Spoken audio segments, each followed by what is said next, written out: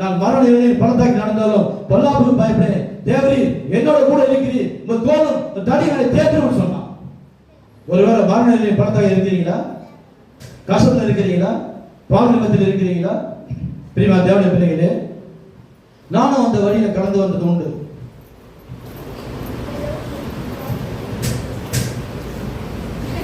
என்னுடைய சொந்த ஊர் ஆண்டிபடம் பகுதியில் சிலம்பூர் என்ற ஒரு கிராமம்.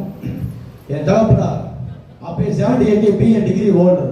அவரை வேலையை தேடி சென்னை பகுதிக்கு வந்தால், ஆண்டிமடத்திலிருந்து சென்னை பகுதிக்கு வந்தால், சென்னையில் அலமாதி பகுதியில் குடிபெயர்ந்தார்.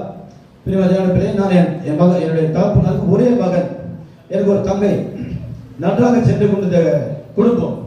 திடீரென்று பார்த்தீங்கன்னா என்னுடைய இன்டென்ஷன் பகுதியில், சிறுகுளர் பகுதியில் திடீர்னு ஹோல்ஸ் விழுந்துச்சு, திடீர்னு தோரம் விழுந்து விட்டது. என்னுடைய சிறுகுளர் இன்டென்ஷன் அழுகி போய்விட்டது. இயேசு கிறிஸ்து பற்றி எங்களுக்கு சரியா தெரியாது, என் தாய் தாமுக்கு தெரியாது, எல்லாம் கூழு ஊத்துறவங்க தான் என்னுடைய சொந்த தெய்வம். சத்தப்படாதீங்க. என்னுடைய சொந்த தெய்வம் பார்த்தீங்கன்னா குள்ளக்கருப்பு தான் என்னுடைய சொந்த தெய்வம். எங்க அம்மாவுக்கு வீரனார் தான் சொந்த தெய்வம். நாங்கள் நன்றாக இருக்க வேண்டும் என்பதற்காக என் பாட்டனார் என்ன பண்ணுவாங்கன்னா பலி செலுத்துவார்கள். ஆடு பலி செலுத்துவார்கள், மாடு பலி செலுத்துவார்கள், பன்றி பலி செலுத்துவார்கள். எதுக்காகன்னா நாங்கள் நல்லா இருக்கணும், நாங்கள் சேமமா இருக்கணும்னு சொல்லி செலுத்துவார்கள். இது போன்ற சூழ்நிலையில திடீரென்று என் வயிற்று பகுதியில மிகப்பெரிய ஆபரேஷன் செய்ய வேண்டிய சூழ்நிலை உண்டானது.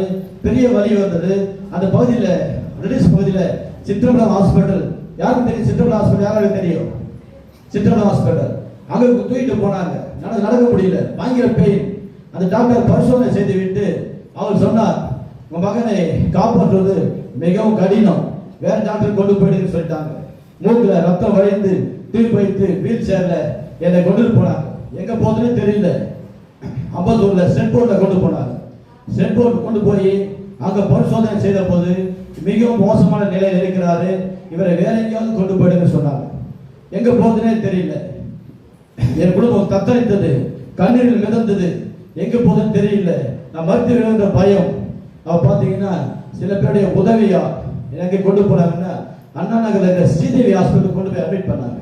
ஸ்ரீதேவி ஹாஸ்பிட்டல கொண்டு போய் சேர்த்த போது பரிசோதனை டாக்டர்கள் இது ரொம்ப சீரியஸ் கண்டிஷன் இருக்கிறபடியா வேற ஒரு டாக்டர் வச்சு வர வச்சாங்க. ராமச்சந்திராவில் இருக்கிற நந்தகிஷோர், சுப்பிரமணி என்கிற 2 சீஃப் டாக்டர்ஸ் வர வச்சாங்க. 2 சீஃப் டாக்டர் பரிசோதனை பண்ணிட்டு உடனே ஆபரேஷன் செஞ்சாங்க. அந்த ஆபரேஷன் செய்யப்பட்ட ஒரு நிலையில 45 நிமிடத்தில் முடிய வேண்டிய ஆபரேஷன் கிட்டத்தட்ட 3 மணி நேரம் கடந்து சென்றது. இந்த 3 மணி நேரத்துல அப்படியே அவர் டாக்டர்ஸ்லாம் அந்த கதையெல்லாம் போட்டுட்டு வந்து எங்க அப்பா அம்மா வெளியே சொன்னாரு, உங்க பையனை காப்பாற்றுறது ரொம்ப கஷ்டம், எப்படியாவது என்ன பண்ணுறது, உங்க சொந்த தெய்வத்தை வேண்டிங்க அப்படின்னு சொல்லிட்டார். பிரிமா தேவனுடைய பிள்ளைகளே, நான் சொத்துன்னு பார்த்தீங்கன்னா எனக்கு ஆண்டிமடம் பகுதியில் சிலம்பூர் கிராமத்தில் 5 ஏக்கர்ல முந்திரி தோப்பு சொந்தமா இருக்குது. அது இப்போது பல கோடிக்கு போகிறது.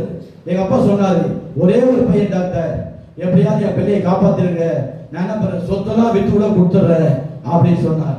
அப்ப டாக்டர் விலகி போயிட்டார். ஒரு குறிப்பிட்ட நேரம் அவர் பார்ப்பாங்க, விலகி போயிட்டாங்க. உங்க சொந்த தெய்வத்தை கும்பிடுங்க போயிட்டாங்க. பிரிவா தேவனுடைய பிள்ளைகளே, ஆபரேஷன் செய்து ஐ வாஸ் அன்கண்டிஷன், சுயநிலை இல்லாமல் இருந்த அது ரோகிணி தியேட்டர், கோயம்பேடு ரோகிணி தியேட்டர் ஆப்போசிட்ல அந்த ஸ்ரீதேவி ஹாஸ்பிட்டல் இருந்தது. ஐசியூ வார்டுல கிட்டத்தட்ட 1 மாசம் இருந்தேன். 1 மாசம் ஐசியூ வார்டுல இருந்தேன். இந்த சூழ்நிலை பார்த்தீங்கன்னா இந்த பகுதி எந்த உடம்புலாம் டியூப் இருக்கும், எல்லா பகுதியும் டியூப் இருக்கும். அப்போ இந்த தொடைக்கிறவங்க கூட, இந்த பேஷண்டை கிளீன் பண்றவங்க கூட என் கிட்ட வர மாட்டான். ஏன்னா எல்லாத்துக்கும் டியூப் இருக்குது, இவர் மறுத்து போய்விட்டா நான் பிறப்பாயிடுவோம்னு சொல்லிட்டு அவன் வர மாட்டான், தொடைக்க மாட்டான். அப்ப பார்த்தீங்கன்னா ஐசியூ வார்டுல மோசமான நிலையில இருந்த திடீர்னு ஐசியூ வார்டுல பக்கத்துல இறந்துருவாங்க. மரண பயம். நான் அதிகமாக நேசித்தேன். என் தங்கை என் பக்கத்துல இல்லை, எங்க அம்மா கிடையாது, என் தகப்பனார் கிடையாது. மிகவும் பயந்த அலமதுக்கு ஜனங்கள்லாம் வந்து பார்த்தாங்க, ரமேஷ் இறந்துருவான், 3 நாள்ல இந்த பையன் இறந்துருவான்னு சொல்லிட்டு டாக்டர்லாம் எங்க அப்பா அம்மா கையெழுத்து வாங்கிட்டாங்க. இப்படி கையெழுத்து வாங்கின சூழ்நிலையில அவங்க எல்லா குடும்பமே தத்தளித்தது. எங்க சொந்த தெய்வத்துக்குலாம் படையல் செய்தாங்க, கொள்ளக்காரருக்கு படையல் செஞ்சாங்க. தேவனுடைய பிள்ளைகளே, அப்ப சிஸ்டர் சாரல் நவராட்சி சபையிலிருந்து பாஸ்டர்ஸ் அந்த அம்மாவெல்லாம் ஜெபம் செஞ்சிருக்காங்க. அதே போல கர்த்தராக இயேசு கிறிஸ்து சுவிசேஷ சபையிலிருந்து எனக்காக பிரார்த்தனை செய்தார்கள். ஐயாவுக்கு தெரியும், முகாமையாவுக்கு தெரியும். அதனால அந்த சபையிலும் எனக்காக விண்ணப்பம் செஞ்சாங்க. ஆனா அந்த விண்ணப்பத்தை பார்த்தீங்கன்னா கர்த்தர் எவ்வளவு பெரிய உதவி செஞ்சார் தெரியுமா? ஜெபம் ரொம்ப முக்கியமானது. பெரியமா தேவனுடைய பிள்ளைகளே, நான் படுத்துக் கொண்டிருக்கிற ஐசியூவார்ல என் கண்கள் மூடி விட்டது. நான் மறிக்க போறேன். சில நிமிடத்தில் நான் மரணம் வரப்போகுது. அப்போ பெரிய ஜைகாண்டிக்கான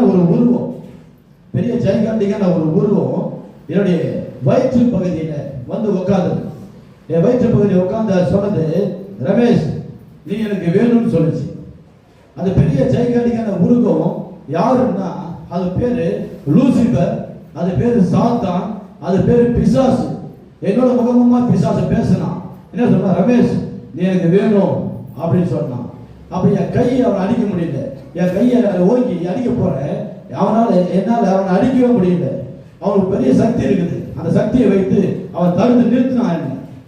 அப்ப என்ன சொல்ற தெரியுமா, லெஃப்ட் சைட்ல பாத்தீங்கன்னா இடது பக்கமா பெரிய பாதாளம் திறந்திருந்தது. அந்த பாதாளத்துல இப்ப என்னை கொண்டு போகணும். அந்த பாதாளத்தை நான் உற்று பார்க்கிறேன். இயேசு கிறிஸ்துவை அறியாமல் மரித்தவர்லாம் அந்த இடத்துல பாதாளத்தை அழுது புலவி கொண்டிருப்பதை பார்த்தேன். அத துர்நாற்றம் வீசியது. நல்ல வாசனை இல்லை, துர்நாற்றம். இயேசு கிறிஸ்துவை தெரியாமல் அறியாமல் மரித்து போனவர்கள், சகோதரன் நேசிக்காமல் மரித்து போனவர்கள் எல்லாம் இருக்காங்க, அந்த பாதாளத்தில் அழுது கொண்டு புலவி கொண்டு இருக்கிறாங்க.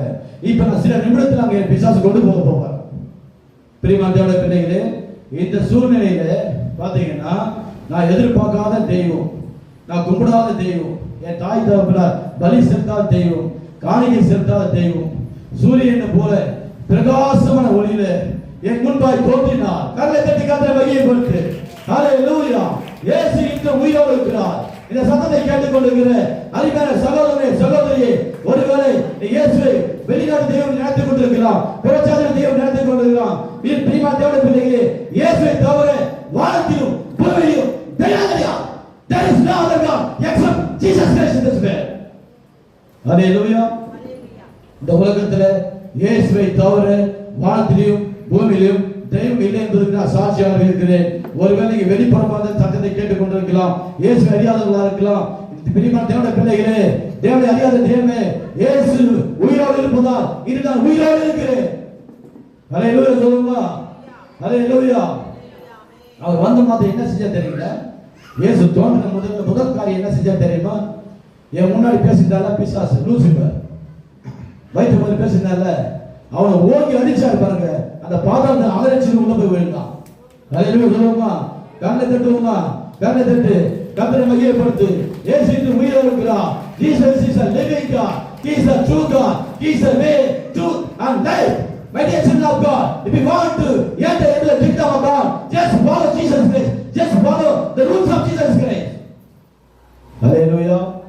Praise the Lord. Amen சொல்லுங்க. Hallelujah. இயேசு அடிச்சு மாத்திரம் அலறிந்து கொண்டு உள்ளே போவதை நான் பார்த்தேன். கர்த்தர் எனக்காக யுத்தம் செய்தார். தெரியுமா தேவனுடைய பிள்ளைகளே, இயேசு முன்னாடி வந்து நின்றார்.